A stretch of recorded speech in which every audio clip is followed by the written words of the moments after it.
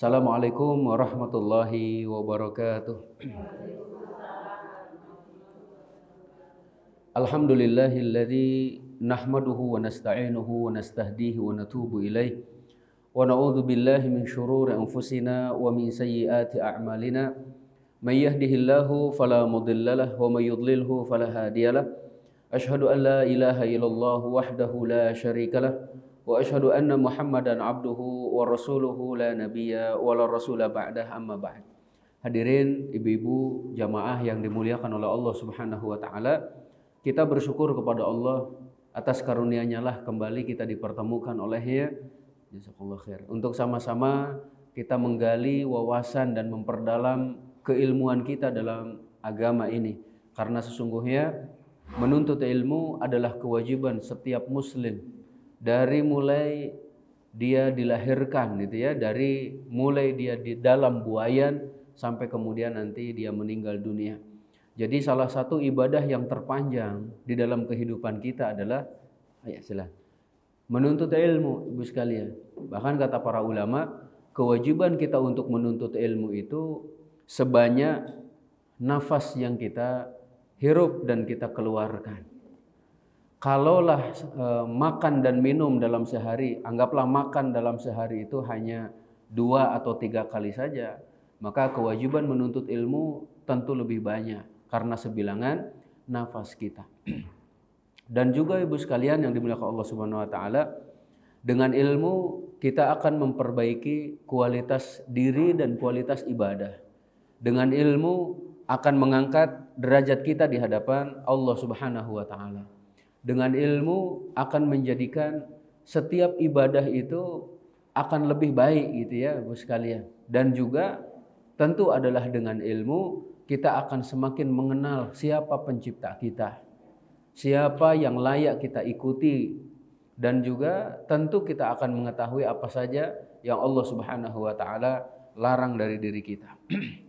Pada kesempatan pagi hari ini insyaallah pembahasan kita adalah seputar 10 perkara yang akan menyelamatkan setiap kita ibu sekalian, khususnya adalah orang-orang yang beriman tentu ya. Mereka akan senantiasa berpikir bagaimana cara menyelamatkan diri dari neraka, bagaimana menyelamatkan diri dari fitnah, baik yang ada di dunia atau nanti di akhirat kelak. Dan hal inilah yang menjadi kekhawatiran generasi-generasi sebelum kita. Mereka selalu membayangkan bagaimana beratnya ujian di alam kubur, betapa susahnya kita akan melewati padang mahsyar dan sebagainya. Lalu apa saja perbuatan dan perkara-perkara yang dapat menyelamatkan kita dari berbagai malapetaka tersebut. Ayo ikhwah hafizakumullah, sebelum masuk ke dalam pembahasan, Utsman bin Affan radhiyallahu anhu, beliau pernah menuturkan, ketika saya duduk, kata beliau ya, ketika saya duduk di bawah naungan sebuah benteng yang begitu tinggi, tiba-tiba lewatlah Umar bin Khattab, dan aku nggak sadar, kata Utsman bin Affan itu, kalau Umar bin Khattab mengucapkan salam, begitu juga lewat. Dia itu nggak sadar karena sedang fokus Utsman bin Affan ini. Ini salah satu sifat laki-laki Bapak Ibu sekalian ya. Jadi kalau sedang fokus itu, udah fokus itu, ke yang lainnya itu dia nggak bisa nggak bisa memperhatikan. Kalau sedang mengerjakan sesuatu nggak bisa diganggu untuk mengerjakan yang lain. Ini kan berbeda dengan ibu-ibu. Kalau ibu-ibu itu sambil nyapu, sambil gendong anak, sambil nyusuin, sambil bikin kopi, sambil apa lagi? Multitasking ya. Laki-laki kan satu aja. Diganggu marah itu ibu sekalian. Ini pengen fokus dulu, pengen diselesaikan dulu. Nah kemudian kata Utsman bin Affan, Umar bin Khattab itu ngucapin salam, kemudian lewat, tapi aku nggak sadar, aku nggak dengar, aku nggak ngeh gitu kalau bahasa kita, kalau beliau ngucapin salam. Kemudian Umar bin Khattab radhiyallahu anhu ini mendatangi Abu Bakar As-Siddiq. Dan Umar bin Khattab menyatakan, wahai Abu Bakar, menurutmu kenapa nih Utsman bin Affan ketika saya melewati dirinya, Saya mengucapkan salam, kenapa dia tidak membalas salamku? Kenapa tidak menjawab salamku itu? Maka Abu Bakar dan Umar pun mendatangi Utsman bin Affan kemudian bertanya. Ya, setelah mengucapkan salam, Assalamualaikum. Dijawab oleh Utsman bin Affan pada waktu itu, Waalaikumsalam warahmatullahi wabarakatuh. Abu Bakar kemudian bertanya, ini Umar bin Khattab datang kepadaku, kata Abu Bakar. Kemudian beliau menyatakan bahwa tadi lewat di depanmu. Kemudian mengucapkan salam, tapi kenapa kamu tidak menjawab salamnya? Apa jawaban Utsman bin Affan? Kata beliau, kata Utsman bin Affan, wallahi ma sya'artu annaka marartu bi wala sallamta. Demi Allah, aku ini enggak sadar kalau kamu lewat juga ngucapin salam. Maka kata Abu Bakar As-Siddiq, benar engkau wahai Utsman bin Affan. Biasanya kalau seperti itu, syaghalaka an dzalika amran. Kamu lagi sibuk nih mikirin sesuatu. Lagi ada hal yang kamu lagi fokus terhadapnya sehingga kamu nggak sadar dengan orang-orang di sekitarnya itu. Ini sebelum saya lanjutkan, ketika saya masih SMA, itu madrasah aliyah, sebelum mau ujian itu kan, waktu itu mau ujian, saya ingat itu ujian tafsir Ibnu Katsir. Saya baca, dipanggil-panggil sama yang di belakang itu, saya gini aja. Saya nggak sadar kalau itu dipanggil gitu. Sampai kemudian didekati baru ditepuk. Dipanggil berapa kali katanya gitu ya, kok nggak noleh-noleh, khusyuk banget. Itu mungkin salah satu sifat laki-laki emang seperti itu ibu sekalian, kalau lagi fokus, fokus sampai nggak dengar gitu yang lainnya itu. Nah di sini kata Utsman bin Affan, demi Allah saya nggak sadar kalau kamu ini masuk melewatiku kemudian mengucapkan salam. Kata Abu Bakar, benar engkau pasti sedang sibuk nih, pasti sedang memikirkan sesuatu. Apa sih yang kamu pikirin wahai Utsman bin Affan? Maka kata Utsman bin Affan, tawaffallahu nabiyahu sallallahu alaihi wasallam. Allah sudah mewafatkan Nabi Muhammad sallallahu alaihi wasallam. Qabla an nas'alahu an najati hadzal amr. Sebelum kita bertanya kepada Rasul sallallahu alaihi wasallam, apa yang menjadikan kita akan selamat dalam urusan ini, dalam agama ini? Apa yang akan menyelamatkan kita di dunia dan di akhirat? Tuh berarti kan benar, lagi memikirin sesuatu, lagi fokus. Maka kata Abu Bakar As-Siddiq gimana? Qad sa'altuhu an dzalika. Aku sudah bertanya tentang itu. Masya Allah. Apa pelajarannya ibu sekalian? Para sahabat itu selalu memikirkan keselamatan diri, keluarga dari neraka. Keselamatan manusia secara umum dari neraka. Bukan sekedar mereka memikirkan bagaimana sukses di dunia, tapi lebih jauh bagaimana mereka selamat dari neraka di akhirat. Ternyata Abu Bakar sudah bertanya, maka kata Utsman bin Affan, bi abi anta wa ummi anta ahaqqu biha. Ayah dan ibuku menjadi tebusan bagimu wahai Abu Bakar, kamu memang lebih berhak, lebih layak untuk bertanya tentang hal itu kepada Rasulullah sallallahu alaihi wasallam. Pelajarannya apa lagi ibu sekalian? Para sahabat adalah orang-orang jenius. Para sahabat adalah orang-orang cerdas. Terbukti kecerdasannya itu adalah dengan pertanyaan yang berkualitas. Maka salah satu cara untuk mengetahui level otak seseorang gitu ya, salah satunya adalah dari pertanyaan ibu sekalian. Pertanyaannya hebat-hebat, pertanyaannya berat-berat gitu ya, pertanyaannya Masya Allah bukan perkara ringan. Itu kan menunjukkan memang mereka adalah generasi yang disiapkan oleh Allah untuk mendampingi Rasul Shallallahu Alaihi Wasallam. Maka selanjutnya di dalam riwayat tersebut, Abu Bakar As-Siddiq beliau menyatakan, saya bertanya kepada Rasul Shallallahu Alaihi Wasallam, ya Rasulullah, ma najatu hadzal amr. Ya Rasulullah, apa yang bisa menyelamatkan kami dalam urusan agama ini? Apa sih sebab keselamatan kami ya Rasulullah? Rasulullah SAW kemudian bersabda, man qabila minnil kalimah allati aradtu ala ammi faraddaha alayya fahiya lahu najatun. Siapa yang menerima perkataan dariku yang aku sampaikan kepada pamanku, kemudian dia mengucapkannya di depanku, mengucapkannya gitu ya, maka itu adalah akan menjadikan keselamatan bagi dirinya. Apa perkataan yang Rasul sampaikan kepada pamannya Abu Thalib, ibu sekalian? Apa? Ketika Abu Thalib sedang sakaratul maut, Rasul sallallahu alaihi wasallam menyatakan, "Wahai pamanku, ucapkan la ilaha illallah."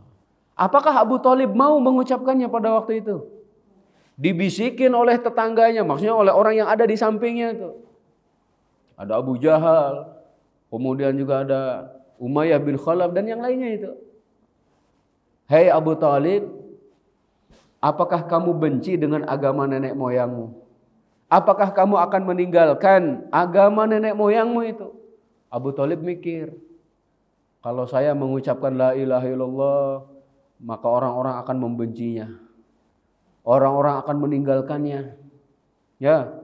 Sampai kemudian Abu Thalib menyatakan, saya berada di atas agama nenek moyang saya. Tidak lama setelah itu meninggal dunia.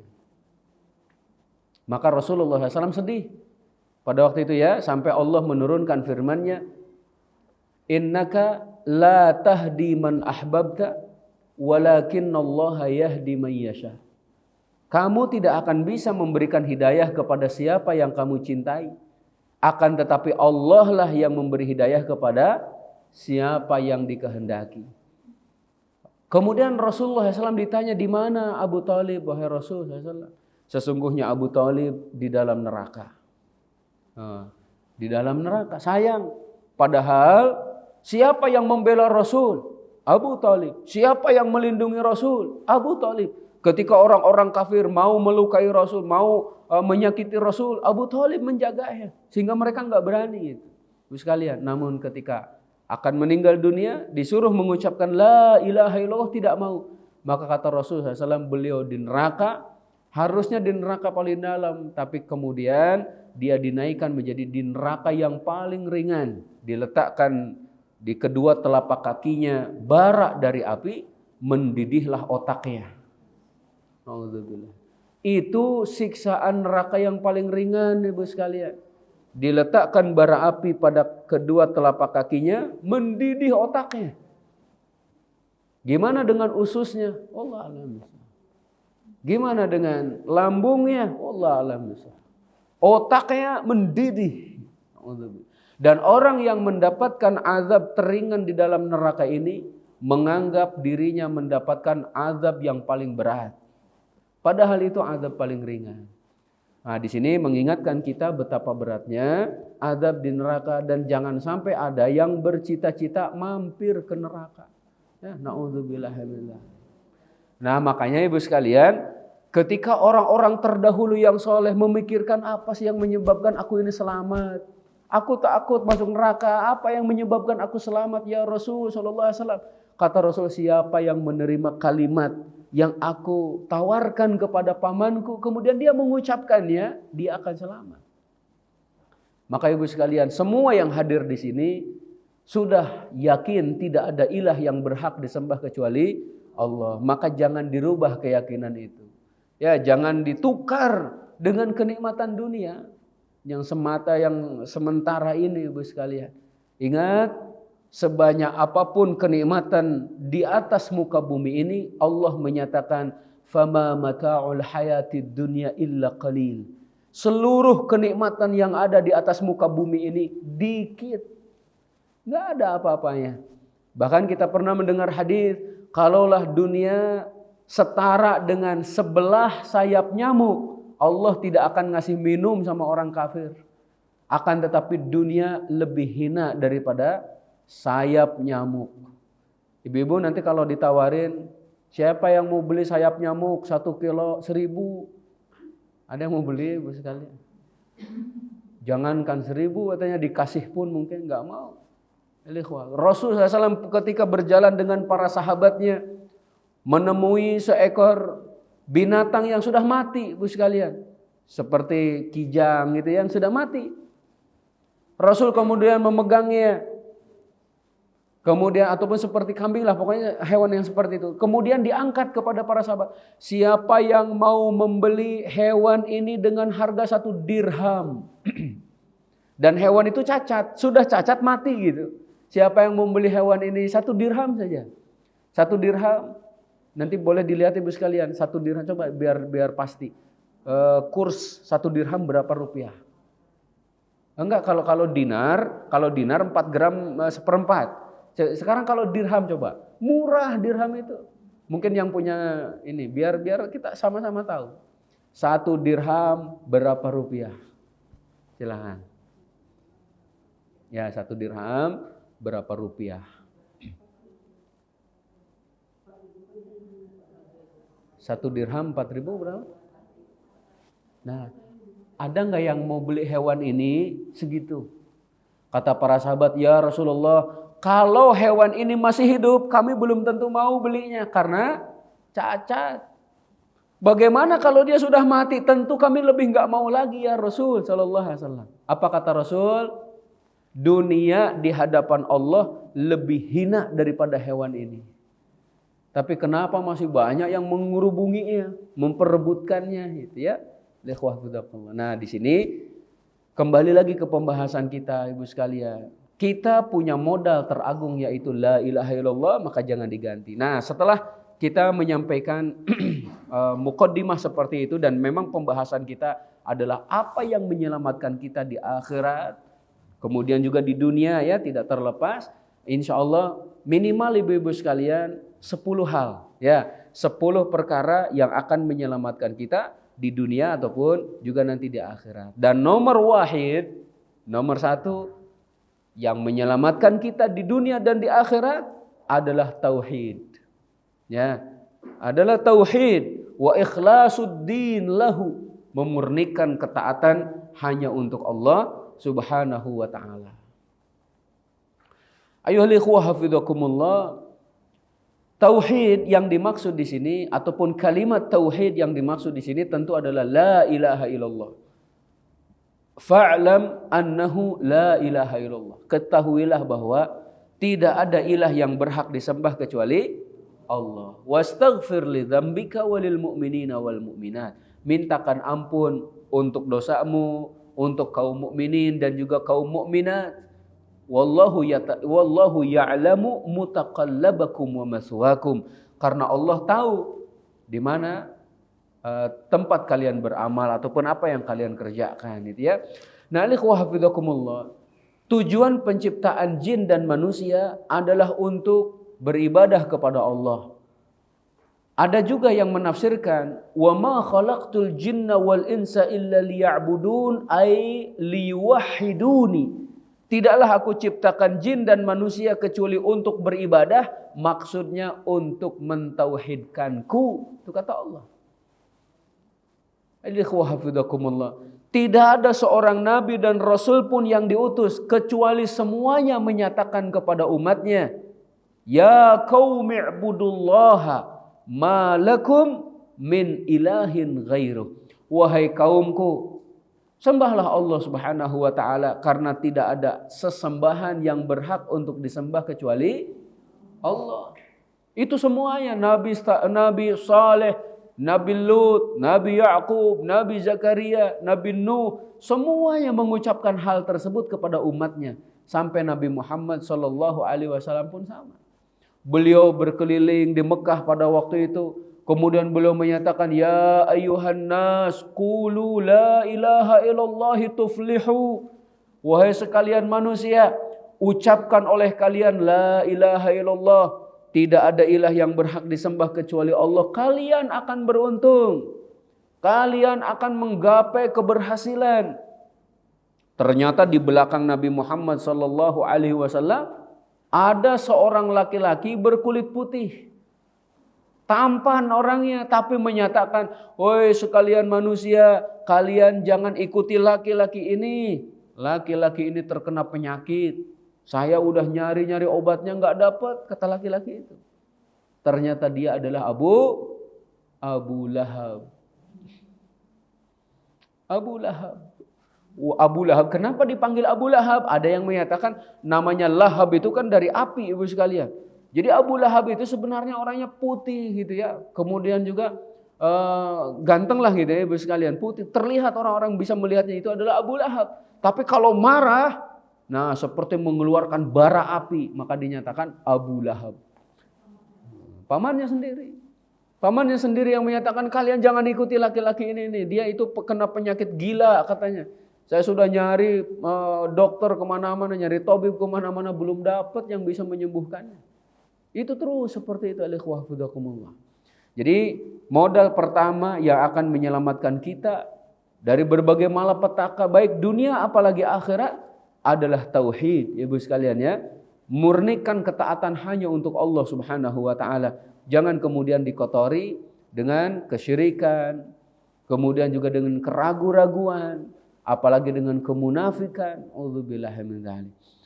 Kemudian juga Ibu sekalian yang dimuliakan Allah Subhanahu wa taala, keselamatan di akhirat itu ada beberapa macam. Yang pertama, selamat dari neraka. Ya, selamat dari neraka. Bahkan dia sama sekali tidak memasukinya. Pokoknya yang pertama itu selamat, sama sekali selamat dari neraka. Gak pernah masuk gitu ya. Bahkan ada di antara manusia tidak dihisab oleh Allah, langsung masuk ke dalam surga. Nah, ini akan diperoleh bagi mereka yang merealisasikan tauhid dengan sempurna.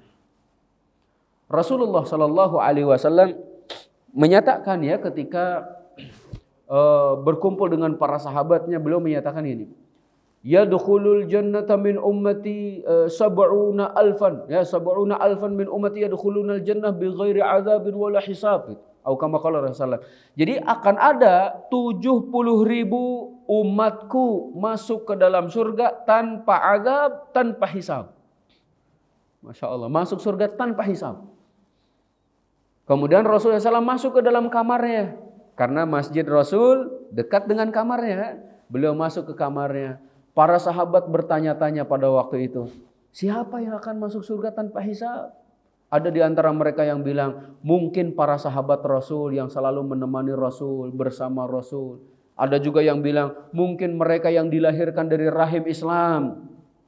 Sedangkan kebanyakan para sahabat, orang tuanya kan masih musyrik. Jadi mereka itu bertanya-tanya seperti itu. Ketika mereka bertanya-tanya, Rasul Shallallahu Alaihi Wasallam keluar dari kamarnya, kemudian menyatakan, mereka adalah, ini yang pertama, ya, la yastarqun, wa la yaktawun, wa la yatatayyarun, wa ala rabbihim yatawakkalun. Mereka itu tidak minta diruqyah, ya. Kemudian juga mereka tidak berobat dengan kai, dengan besi panas. Mereka juga tidak mengundi nasib dengan menerbangkan burung. Kemudian mereka bertawakal kepada Tuhannya. Jadi merealisasikan tauhid. Sehingga Uqashah ibn Mihsan beliau menyatakan, ya Rasulullah, doakan agar aku termasuk mereka yang masuk surga tanpa hisab. Kata Rasulullah SAW, engkau termasuk mereka. Kemudian yang lain berdiri, yang lain angkat tangan, ya Rasulullah, doakan aku pula, aku juga. Kata Rasulullah SAW, sabaqaka Uqashah, kalian sudah didahului oleh Uqashah. Nah, di sini makin jelas berarti Ibu sekalian ya, siapa yang merealisasikan tauhid dengan sempurna, tidak mengotorinya dengan kesyirikan, maka dia akan masuk surga, selamat dari neraka, bahkan tanpa hisab. Kalau ada yang bertanya, 70.000 itu apakah dibatasi hanya 70.000? Kalau 70.000 Ibu sekalian, jumlah para sahabat berapa? 124.000. Itu jumlah para sahabat. Berarti habis dong sama sahabat semuanya. Ternyata ada riwayat lain yang menyatakan satu orang dari 70.000 itu membawa 70.000 lagi. Berarti ada kesempatan nih bagi kita Ibu sekalian. Ya, ada kesempatan. Kalau 70.000 dikali 70.000 udah berapa? Ada kesempatan, makanya jangan kecil harapan Ibu sekalian. Kalau punya cita-cita, jangan tanggung-tanggung. Pengen masuk surga, surga apa? Surga Firdaus. Ya, Masya Allah. Bersama siapa? Bersama Nabi SAW. Jangan sampai doanya, ya Allah yang penting aku masuk surga, terserah deh surga apa. Jangan kayak gitu, ikhwah. Minta surga yang paling tinggi sekalian. Ya, idza sa'altumullahal jannah fas'alullahal firdausal a'la. Kalau kalian minta surga, minta yang tertinggi sekaligus. Nah, kemudian yang kedua, Ibu sekalian, nanti ada yang selamat itu, ikhwah fillah, selamat dari kekal dari neraka. Selamat dari kekekalan di dalam neraka. Jadi kalau yang pertama selamat dari neraka mutlak. Kalau yang kedua selamat dengan tidak dikekalkannya di dalam neraka. Oh, berarti orang ini punya dosa belum bersih. Ibu sekalian, belum bersih sehingga dia harus dimasukkan ke dalam neraka dulu. Sudah bersih baru diangkat. Ini keselamatan yang kedua. Nah, nanti yang ketiganya, Ibu sekalian, ada justru orang-orang yang sama sekali tidak selamat dari neraka, bahkan ada yang dikekalkan di dalamnya. Naudzubillah. Nah, tentu kita ingin masuk ke dalam kelompok yang pertama, selamat dari neraka bahkan tanpa hisab. Ya, Masya Allah. Nah, golongan yang kedua tadi, mereka itu tidak kekal di dalam neraka, seperti tadi sudah saya sampaikan, punya dosa tapi belum bersih. Padahal Ibu sekalian, di antara hal yang dapat membersihkan dosa kita selagi di dunia, satu, tentu taubat ya. Ya, taubat itu akan membersihkan. Kemudian selain taubat apalagi? Termasuk amal soleh, Ibu sekalian. Ya, istighfar dan taubat anggaplah kita gabungkan itu ya. Termasuk beramal soleh. Amal soleh itu menghapuskan dosa-dosa, Ibu sekalian. Contoh, ketika ibu-ibu berwudu, Rasulullah SAW menyatakan ketika seseorang mengambil air wudu, kemudian dia membasuh mukanya, atau yang pertama contohnya membasuh mukanya, maka seluruh dosanya itu akan diampuni oleh Allah bersama tetesan atau tetesan yang terakhir dari air yang menetes dari wajahnya itu. Masya Allah. Kemudian juga ketika dia berangkat ke masjid, apa kata Rasul? Satu langkah menuju masjid itu mengangkat derajat, menghapuskan dosa.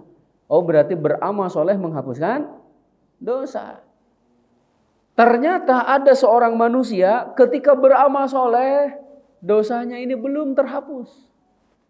Akhirnya Allah memberikan musibah kepada dirinya. Ya, sakit gigi contohnya, Ibu sekalian. Sampai ada orang yang bilang lebih baik sakit gigi katanya daripada sakit. Padahal kita nggak mau, Ibu sekalian ya. Nggak mau sakit gigi apalagi sakit hati itu kan liver ya. Naudzubillah min dzalik, Ibu sekalian. Dua-duanya berat. Nah, alaikumullah, ketika seseorang sabar dalam menghadapi musibah, itu menghapus dosa ya kan?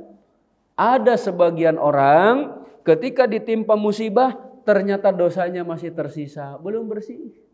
Tapi ada juga yang sudah bersih itu. Kalau sudah bersih, insya Allah kembali kepada rahmat Allah. Kemudian juga apa yang menghapuskan dosa, menggugurkan berbagai kesalahan ketika sakaratul maut. Ketika sakaratul maut, ada seorang muslim ataupun mukmin gitu ya, dicabut nyawanya itu dengan keras. Kenapa, Ibu sekalian? Ada dosa yang harus dibersihkan. Gitu, sehingga ketika dicabut nyawanya bersih dari dosa. Namun ada sebagian manusia dicabut nyawanya, dosanya masih tersisa. Masih ada. Gimana cara membersihkannya, Ibu sekalian? Di alam kubur. Di alam kubur dibersihkan, Ibu sekalian. Ada yang bersih, ada sebagian orang ternyata di alam kubur dosanya belum bersih.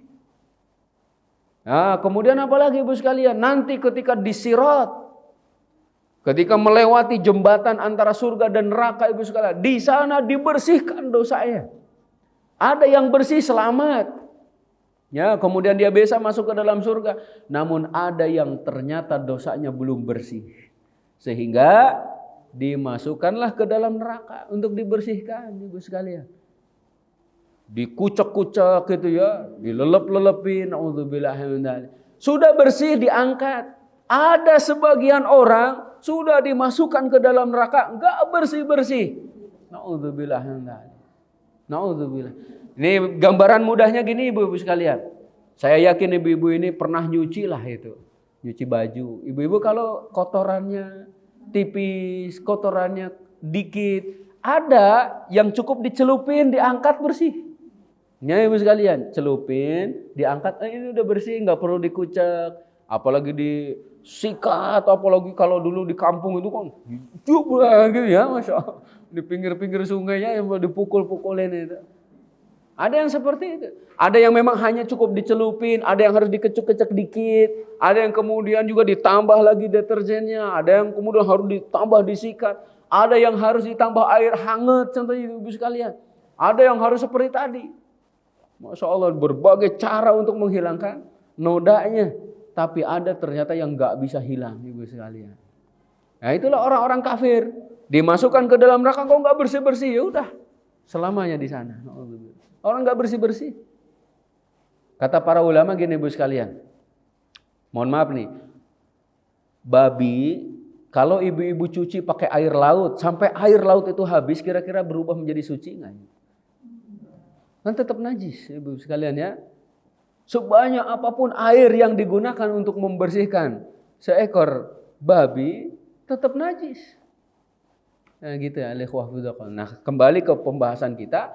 Yang pertama kali akan menyelamatkan kita di dunia dan di akhirat tauhid. Jangan engkau nodai tauhid dengan kesyirikan, keraguan, kemunafikan. Auzubillah. Ada ustadz lucu sih sebenarnya, beliau ngasih contoh tapi nggak apa-apa lah kita sampaikan ibu sekalian. Tauhid kan murni. Contoh gini, kita punya madu murni, contoh, ataupun ada susu murni, contoh gitu. Susunya 1 ember besar, dicampur kata beliau. Mohon maaf ini beliau yang ngasih contoh. Tai kucing sesendok katanya gitu. Ada nggak yang mau minum ini? Ustadznya lucu emang. Ada nggak yang mau minum susu tersebut? Udah kotor, buang semuanya ibu sekalian, nggak bermanfaat. Syirik sekecil apapun maka akan merubah, ya, mengotori semuanya. Ibarat cuka ibu sekalian, kalau dicampur dengan madu rusak itu rasa madu. Sedikit walaupun hanya sedikit ya akan merusak rasa madu tersebut. Nah ini yang pertama. Karena ada 10 maka saya pendek-pendekin saja ya. Yang kedua ibu sekalian, apa yang akan menyelamatkan kita di akhirat kelak adalah ikut sunnah, mengikuti sunnah Nabi Muhammad Sallallahu Alaihi Wasallam. Ibu-ibu sekalian yang dimuliakan Allah Subhanahu Wa Taala, Rasulullah Sallallahu Alaihi Wasallam ataupun disebutkan bukan Rasul di sini ya, ada Imam Malik. Imam Malik rahimahullahu taala beliau menyatakan, man aradan najata fa'alaihi bi kitabillahi wa sunnati nabiyhi. Siapa yang ingin selamat, maka hendaklah dia berpegang teguh kepada Al-Qur'an dan As-Sunnah. Ini kata Imam Malik. Imam Darul Hijrah itu ya, Imam Malik. Siapa yang ingin selamat, berpegang teguhlah kepada Al-Qur'an dan Sunnah. Dengan perkataan yang lainnya beliau menyatakan as-sunnatu safinatun Nuh. Sunnah itu adalah bahtera Nabi Nuh alaihi salam. Man raqibahan naja wa man takhallafa anha ghariq. Siapa yang naik ke dalam bahtera tersebut selamat.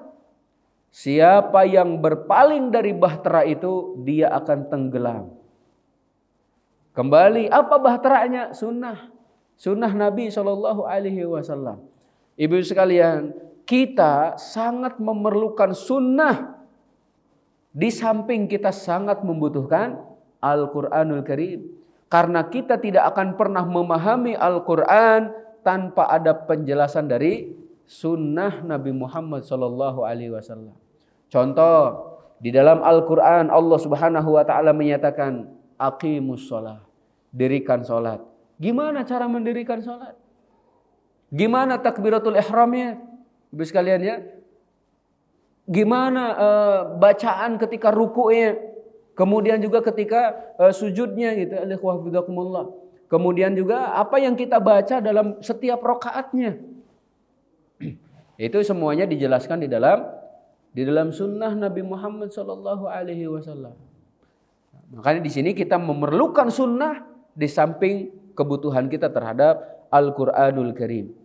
Nah ibu sekalian, dunia itu diibaratkan lautan. Lautan yang penuh dengan ombak dan gelombang. Kita berada di atasnya.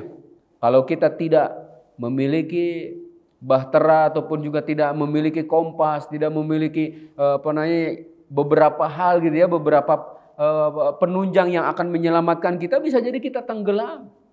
Bahkan berapa banyak orang yang belum sampai di pertengahan lautan sudah tenggelam. Ada juga yang sudah mau sampai ke tepian tenggelam. Tapi tidak sedikit pula yang sampai ke daratan diselamatkan oleh Allah Subhanahu wa taala. Nah, ibu sekalian yang dimuliakan Allah Subhanahu wa taala, apa maksud mengikuti sunnah? Tentu menjalankan perintah Rasul, kemudian meninggalkan larangan-larangannya. Di samping itu juga ibu sekalian, benarkan berita yang disampaikan olehnya.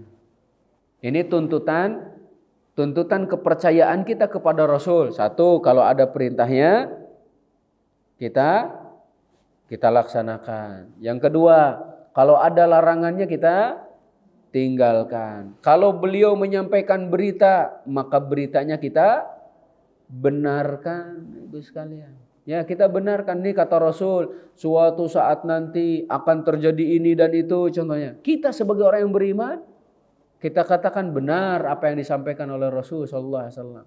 Dulu di zaman para sahabat, di zaman Rasul masih hidup, terjadi peristiwa Isra dan Mi'raj. Rasul menyampaikan hal tersebut, maka Abu Bakar menyatakan, saya mempercayainya.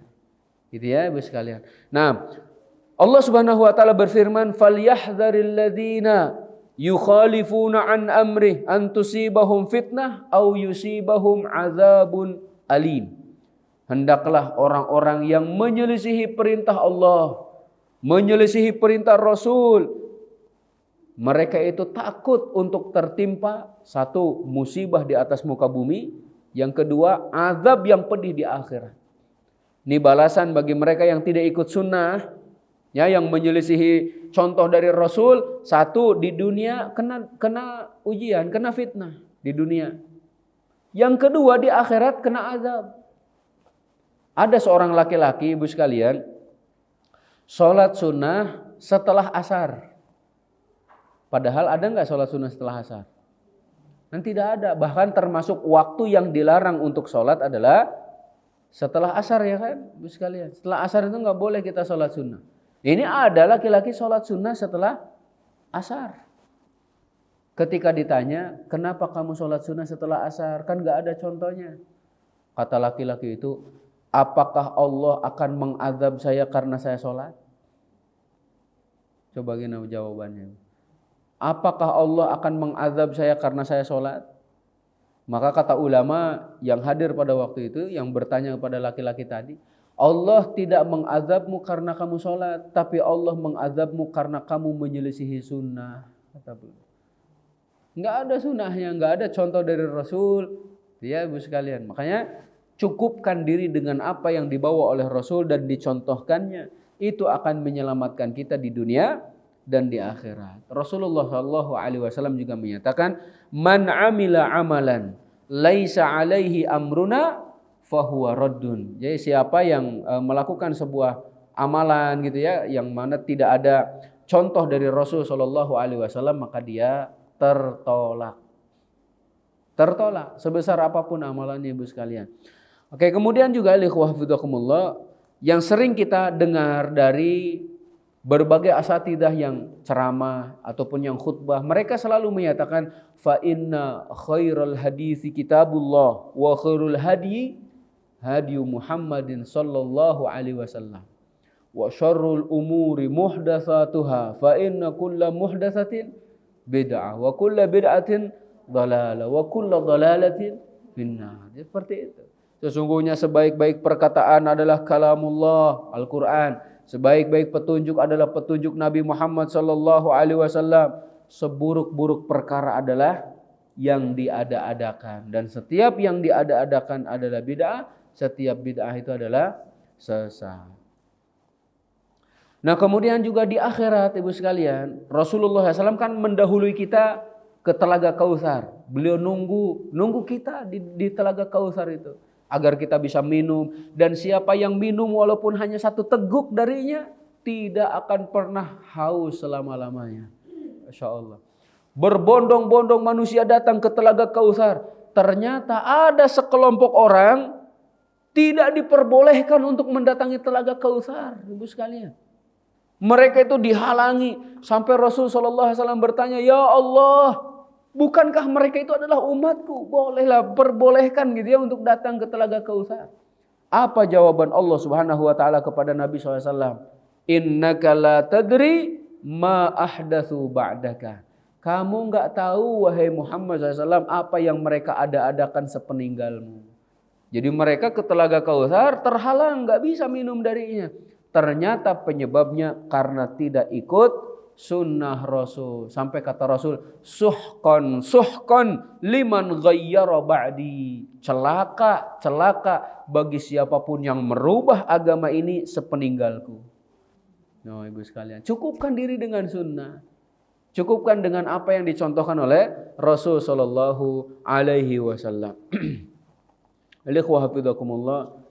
Yang ketiga, nah, apa yang menyebabkan kita selamat di dunia apalagi nanti di akhirat? Yang ketiga adalah takut kepada Allah Subhanahu wa taala dan bertakwa kepadanya. Jadi merasa takut dan bertakwa kepada Allah Subhanahu wa taala. Rasa takut ini, ibu sekalian, biasanya mendorong seorang muslim untuk memperbaiki amal dan menambah amal. Ibu-ibu, kalau rasa takut menyebabkan seseorang berhenti dari beramal, berarti takutnya keliru. Gini, kalau kita takut dari makhluk, maka kita akan lari menjauh darinya. Tapi kalau kita takut kepada Allah, maka kita akan lari untuk mendekatinya. Gitu ya, perbedaannya nih. Kalau ibu-ibu takut singa, lari menjauh darinya. Kalau takut ular, kita menjauh darinya. Apalagi ibu-ibu takut kecoa. Kenapa ya?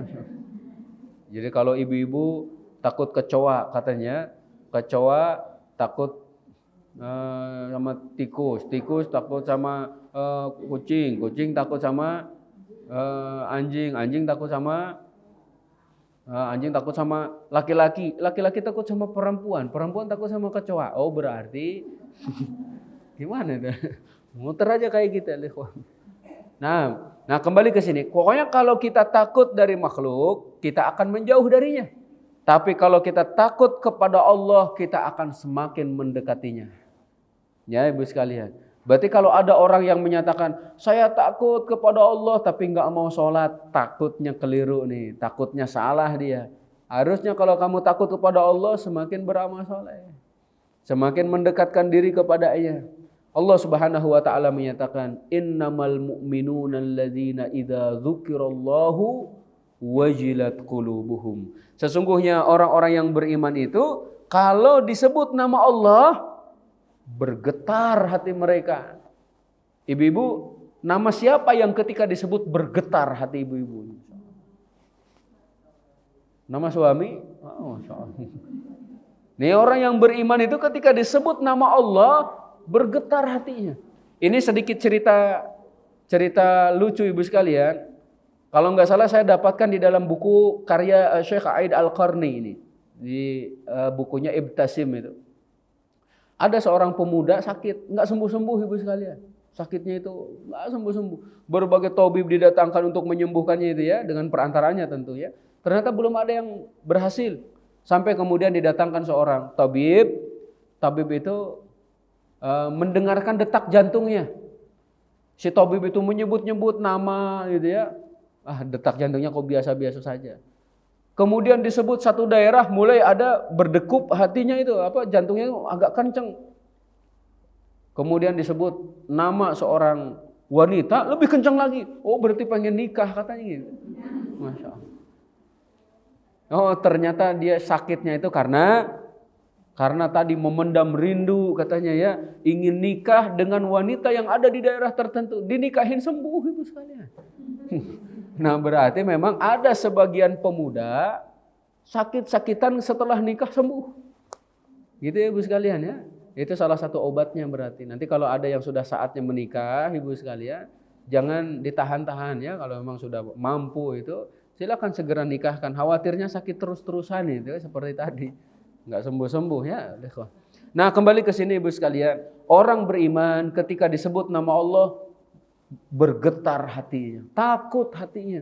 Dan ketika dibacakan ayat Allah, wa idza tuliyat alaihim ayatuhu zadathum imana. Dibacakan ayat Allah, bertambah keimanan mereka. Oh, Masya Allah ya. Oke, kemudian juga Allah berfirman, innal ladzina hum min khasyati rabbihim musyfiqun.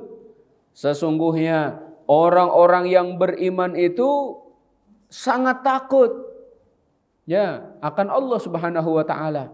Karena rasa takut mereka kepada Allah, mereka berhati-hati tuh. Karena takut kepada Allah, mereka berhati-hati sebelum berbicara. Mereka pikirkan dulu sebelum melangkah.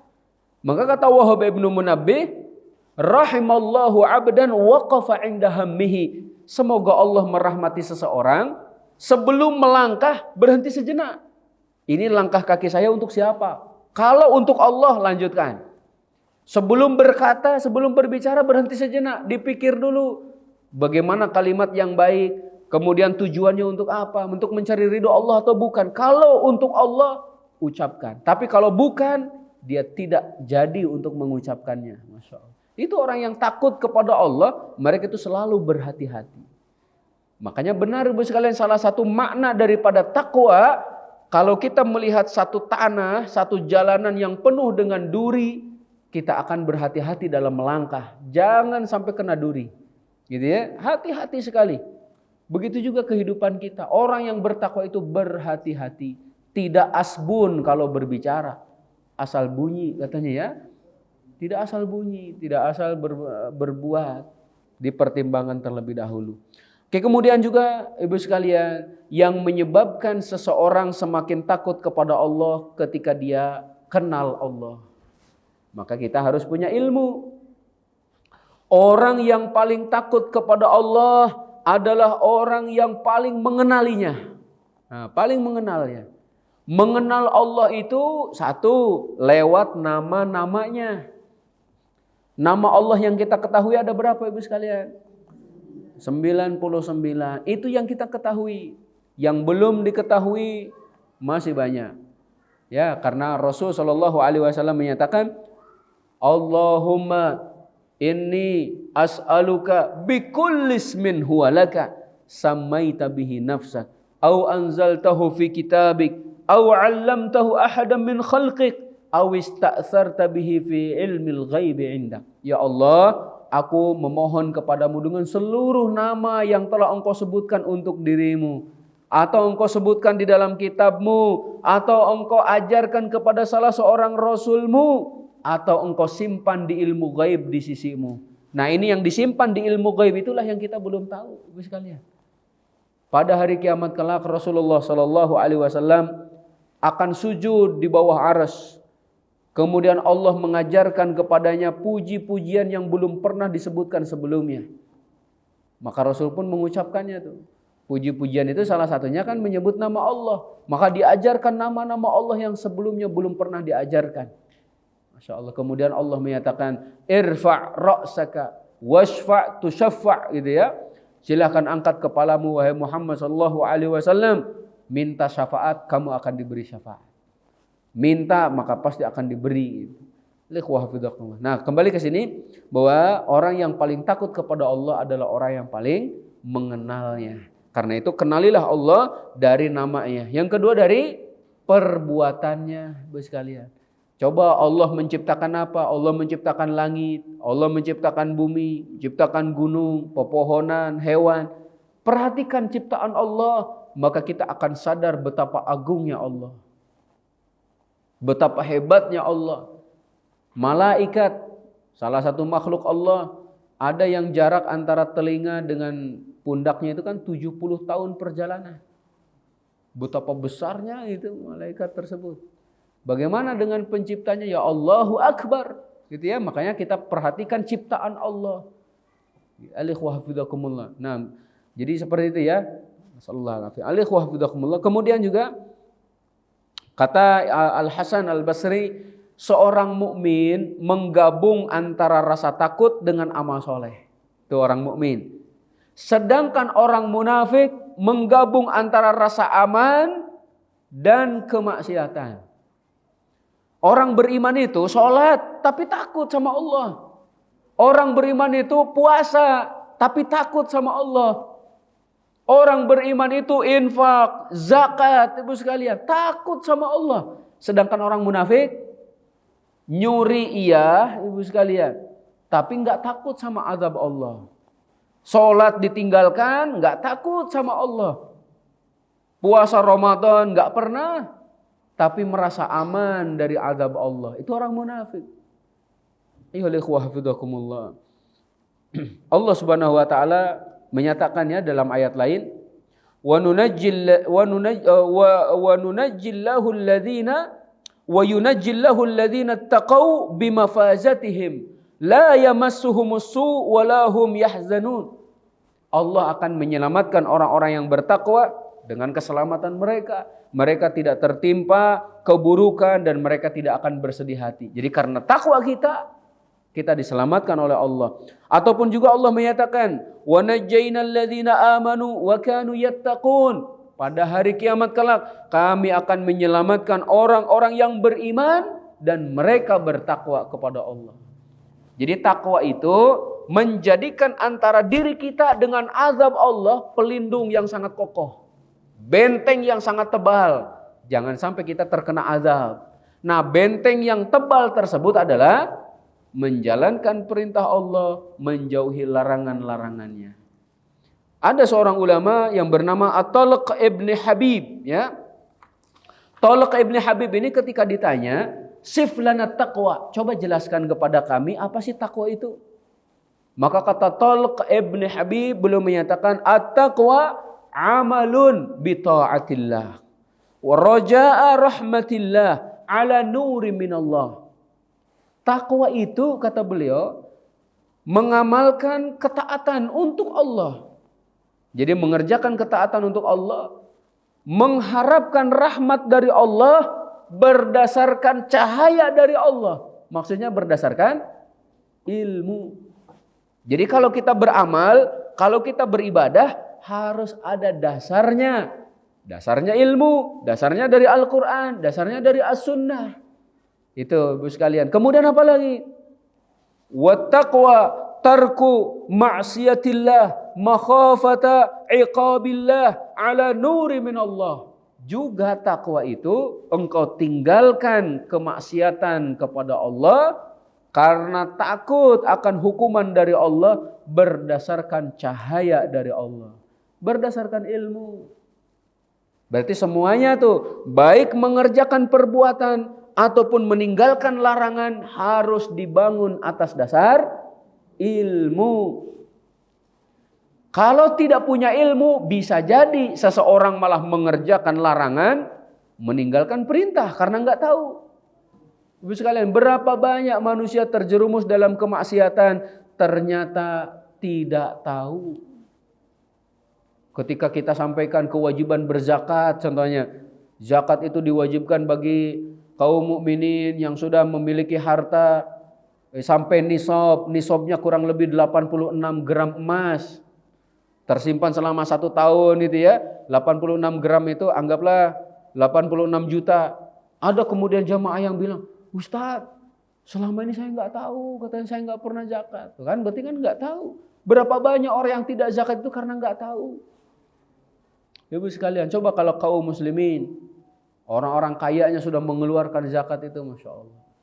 Wah, sangat membantu kepada mereka yang membutuhkan. Yang kaya dari kalangan kaum muslimin banyak. Cuman kadang Tadi karena ketidaktahuan, atau ada juga yang sudah tahu tapi berat. Zakat itu kan hanya 2,5% contohnya. Coba kalau dari 100 juta, berapa 2,5%-nya? 2 juta, 2,5 juta. Kalau ibu-ibu punya 100 juta dalam rangka setahun itu nggak kepake-pakai itu, mau dikeluarin 2,5-nya? Oke, katanya dikit itu. Sekarang kalau ibu-ibu punya 1 miliar, 1 miliar tuh ngendap di tabungan itu, zakatnya 2,5%, berapa juta? 25 juta? 25, mau nggak dikeluarin ibu-ibu? Mau nggak ngeluarin 25 juta? Tidak sedikit orang yang mulai mikir, oh 25 juta katanya. Mulai mikir kan? Padahal dikit itu Bu sekalian. Sekarang kalau ibu-ibu punya uang 1 triliun, berapa zakatnya? 2,5 miliar? Ibu mau nggak ngeluarin segitu? Ada yang udah mikir lagi tuh, makin mikir lagi. Padahal orang yang beriman itu selalu mengucapkan sami'na wa ata'na. Kalau tidak dikeluarkan, Allah punya cara untuk mengeluarkannya ibu sekalian. Gimana caranya? Ya bisa jadi ibu-ibu sakit, harus mengeluarkan uang 2,5 miliar. Nah anehnya ibu sekalian, ada sebagian orang di luar sana, ini bukan muslim sebenarnya, kita keluarlah dari pembahasan. Ada sebagian orang lebih perhatian terhadap hewan peliharaannya daripada keluarganya. Pokoknya kalau hewan peliharaannya sakit dibawa ke dokter spesialis, nggak ada di Indonesia, ke luar negeri. Masya Allah. Sampai berjuta-juta dia keluarkan, tapi ketika anaknya sakit, bentar lagi sembuh katanya gitu ya. Kemudian dicuekin. Nasallallahu alaihi. Kembali ke sini ibu sekalian. Jadi perkara yang menyelamatkan kita nomor 3, kita takut kepada Allah dan bertakwa kepadanya, ya, bertakwa kepadanya. Ini kalau dibahas juga masih panjang, tapi karena waktu kita percepat saja. Yang keempat ibu sekalian, perkara, betul yang keempat ya. Nah, sekarang yang keempat apa kelima? Yang keempat ya. Itu cara kita takut kepada Allah adalah dengan mengenalnya, gitu ya. Nah, sekarang yang keempat, agar kita diselamatkan oleh Allah Subhanahu Wa Taala adalah menjaga lisan. Jaga lisan, ibu sekalian. Anggota tubuh yang tidak bertulang, salah satunya adalah lisan. Ya, tidak bertulang, akan tetapi bahayanya sangat besar kalau tidak dijaga. Jadi lisan itu ibarat pisau yang bermata dua. Maksudnya tajam gitu ya, dua sisinya itu. Kalau digunakan untuk kebaikan, maka pahalanya tidak terbatas. Tapi kalau digunakan untuk keburukan, maka itu bisa mencelakakan seseorang. Kita lihat beberapa hadis berkaitan dengannya. Uqbah bin Amir, beliau bertanya kepada Rasulullah sallallahu alaihi wasallam, "Ya Rasulullah, man najat?"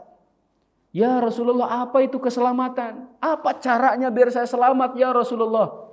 Rasulullah sallallahu alaihi wasallam kemudian menyatakan, "Imlik 'alaika lisanak," ataupun "Amlik 'alaika lisanak."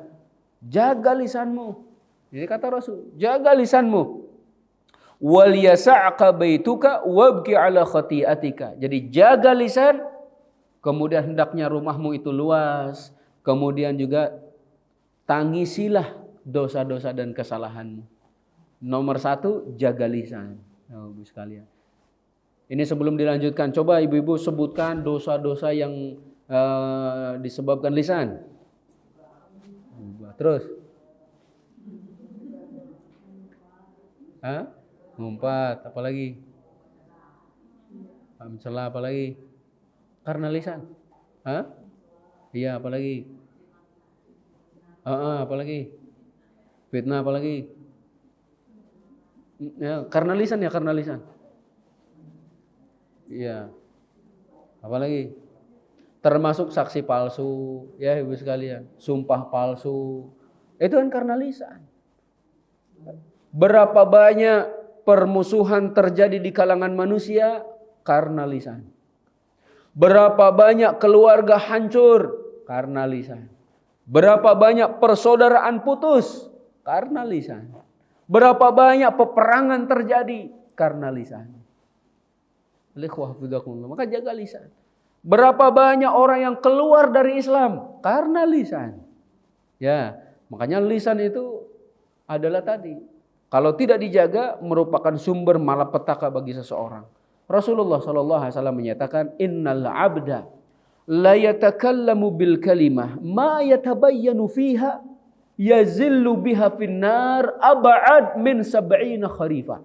Ada seorang laki-laki, ada seorang hamba mengucapkan satu kata saja, nggak jelas kata itu, kata Rasulullah SAW. Apakah dia mendapatkan rahmat Allah ataupun keridhaan Allah ataupun kemurkaannya, nggak jelas. Ternyata dengan perkataan tersebut dia tergelincir ke dalam neraka lebih jauh daripada 70 tahun perjalanan. Dengan satu kata. Dalam riwayat lain, ab'ad mimma bainal masyriqi wal maghrib, lebih jauh daripada timur dan barat.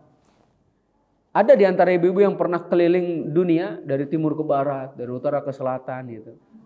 Dari kutub utara ke kutub selatan, kemudian dari timur ke barat, dari tempat terbitnya matahari sampai tempat terbenamnya matahari itu. Ada? Oh, belum pernah. Kalau dulu kan Zulkarnain itu pernah mengelilingi dunia, ibu sekalian, dari tempat terbit matahari sampai tertenggelamnya matahari. Nah, itu jauh sekali. Dia tergelincir ke dalam neraka daripada timur dan barat tadi, hanya karena satu kata. Nah, ibu sekalian, setelah kita tahu hadis ini, apakah kita akan sembarangan dalam berbicara? Nah, tentu harus dihati-hati ya. Kalau ada yang menyatakan orang yang banyak berbicara itu kaum wanita, katanya itu. Dulu itu di barat ya, ibu sekalian. Ya mungkin kalau di Indonesia mungkin nggak beda lah gitu ya, masya Allah. Alam misal. Dia tentu adalah kecuali orang yang dirahmati oleh Allah Subhanahu Wa Taala, ibu sekalian. Kalau banyak berbicara dalam kebaikan boleh, silakan. Tapi khawatirnya malah tadi ya banyaknya itu adalah dalam hal-hal yang tidak bermanfaat. Kata Umar bin Khattab, man kathura kalamuhu kathurat saqatuhu. Siapa yang banyak bicara, banyak salahnya. Kalau sudah banyak salah, banyak dosa. Kalau sudah banyak dosa, masuk neraka. Nah, makanya saya takut banyak dosa, kita percepat aja dia. Nah, Rasulullah SAW juga menyatakan, idza asbaha ibnu Adam fa innal a'dha'a kullaha tukaffirul lisan. Kalau anak Adam masuk waktu pagi, seluruh anggota tubuh ini akan memperingatkan lisan. Ya, akan memperingatkan lisan. Fataqulu ittaqillaha fina fa inna nahnu bika fa in istaqamta istaqamna wa in i'wajajta i'wajajna. Wahai lisan, takutlah kamu kepada Allah karena kami seluruh anggota tubuh ini mengikuti kamu. Kalau kamu istiqamah, kami semua anggota tubuh istiqamah. Tapi kalau kamu belok-belok, kalau kamu bimbang, kalau kamu goyang, semua kami pun akan seperti itu. Jadi kalau lisannya baik, seluruh anggota tubuh akan baik. Kalau lisannya buruk, selalu mengucapkan kata-kata buruk, anggota tubuh yang lain pun ikut. Nah, berarti di sini ibu sekalian, ada dua anggota tubuh yang sangat berpengaruh. Yang nomor satu adalah hati. Ya, sebagai raja daripada anggota tubuh. Yang kedua adalah lisan. Ibu-ibu, kalau ibu-ibu setiap hari bilang kepada anak soleh gitu ya, kemudian juga anak baik, hafal Quran, kalau tiap hari dibilang kayak gitu, insya Allah dia orang baik. Tapi kalau ibu-ibu lagi marah, anak bandel gitu ya, tiap hari bilang kayak gitu, bener nantinya akan jadi anak bandel ibu sekalian. Makanya hati-hati nih, perkataan itu akan berpengaruh ibu sekalian ya. Bahkan ibu-ibu kalau punya pot bunga itu di depan rumah, tiap hari bilang aja bunga kotor, bunga layu, bunga nggak manfaat gitu tiap hari. Insya Allah cepat mati itu. Gitu ya. Tapi kalau ada pohon ya, ada berbuah, contoh buah mangga apa itu, dibilang oh engkau ini masya Allah itu ya, buahnya manis, kemudian juga banyak sekali banyak. Insya Allah dia akan banyak lagi berbuahnya, kemudian juga kuat dan sebagainya. Karena dikasih afirmasi positifnya itu. Jadi ternyata Alam saja, pepohonan saja terpengaruh oleh ucapan. Bagaimana dengan kita? Maka ibu-ibu nih, jangan sampai suka membuli seseorang, khawatir cepat mati. Itu ya ibu sekalian ya. Jangan dibuli ibu sekalian ya. Membuli itu adalah dosa. Hati-hati. Kembali jaga lisan. Rasulullah Shallallahu Alaihi Wasallam juga menyatakan, mau nggak aku beritahukan kepada kalian perkara yang menentukan, gitu ya, ataupun juga pangkal daripada seluruh malapetaka. Apa itu ya Rasul? Lisanmu, itu kata Rasul. Lisanmu, jaga lisan. Ibu-ibu sekalian, apalagi saat kita berinteraksi sosial kan banyak sekali manusia yang kita hadapi. Ada di antara mereka itu nggak suka canda. Maka kita hadapi juga jangan dengan bercanda. Nanti salah, kita niatnya malah canda, dia nganggapnya serius. Oh, terjadi perang dunia 4 ibu sekalian. Gitu ya, diperhatikan, jaga lisan. Ini yang keempat. Yang kelima. Nah, yang kelima, menjauh dari fitnah ibu sekalian. Menjauh dari fitnah. Jadi kaidahnya gini saja ibu sekalian. Jangan ingin bertemu musuh. Kalau ketemu musuh jangan lari kan gitu. Fitnah sudah banyak.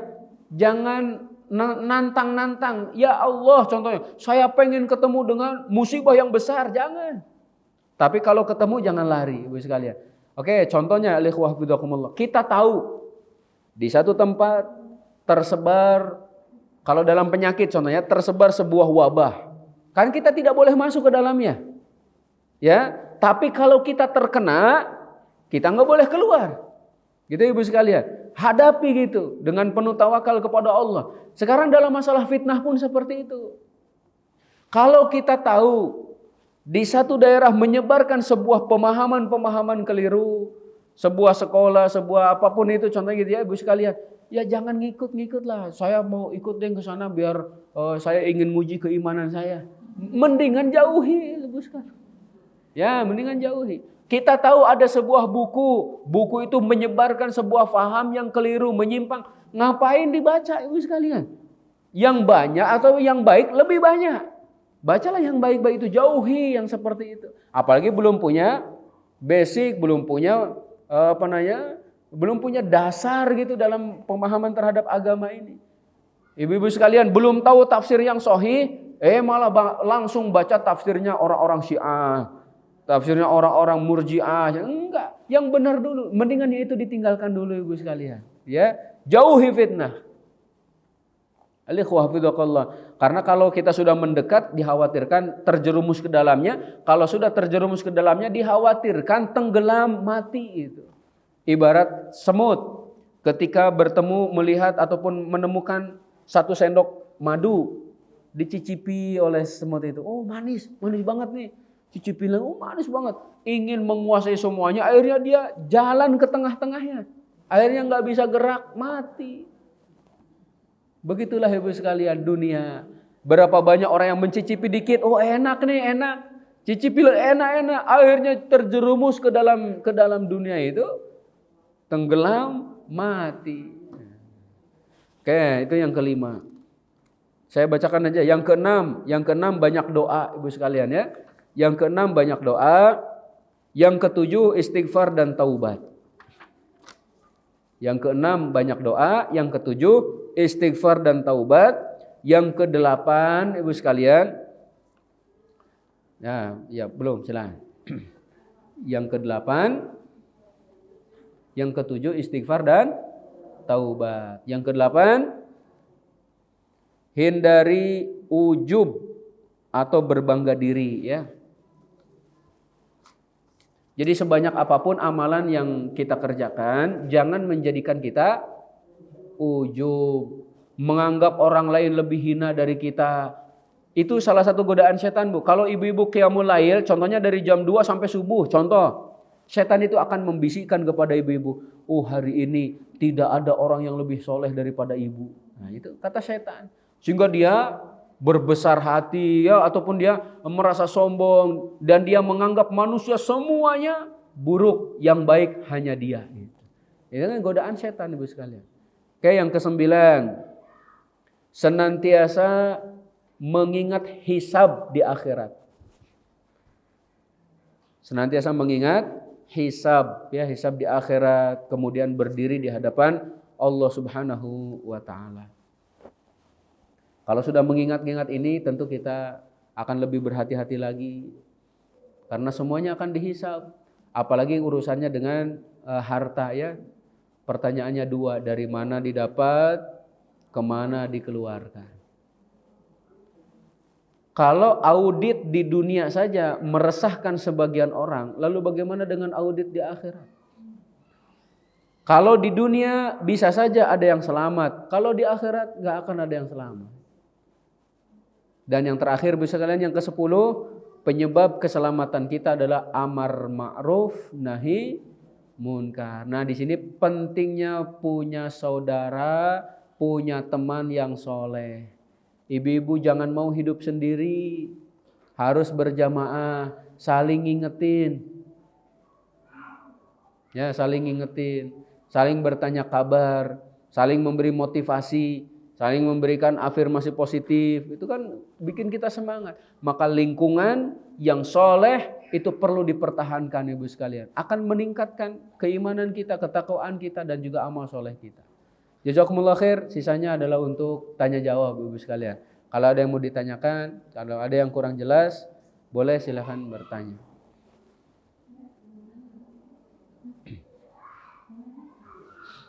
Ya, silakan.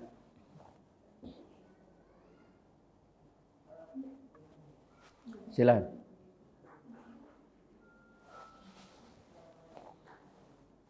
Assalamualaikum warahmatullahi wabarakatuh.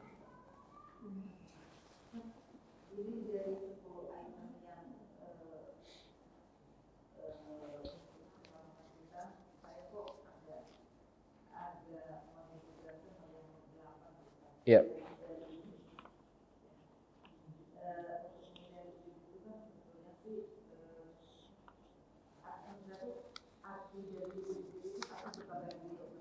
Ya.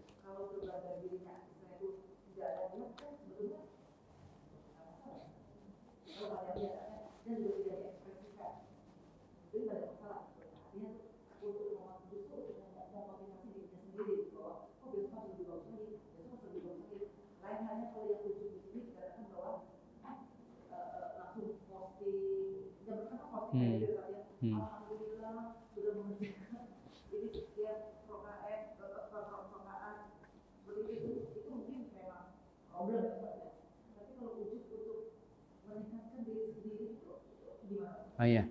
Jadi gini ibu sekalian, secara kata ujub itu sebenarnya buruk, ya, dan tidak pas kalau kita katakan, contohnya, alhamdulillah hari ini kita bisa qiyamul lail, itu bukan ujub nantinya. Jadi untuk memotivasi diri seperti al-ikhwah bidaqallah, kemudian kita banyak bersyukur kepada Allah hari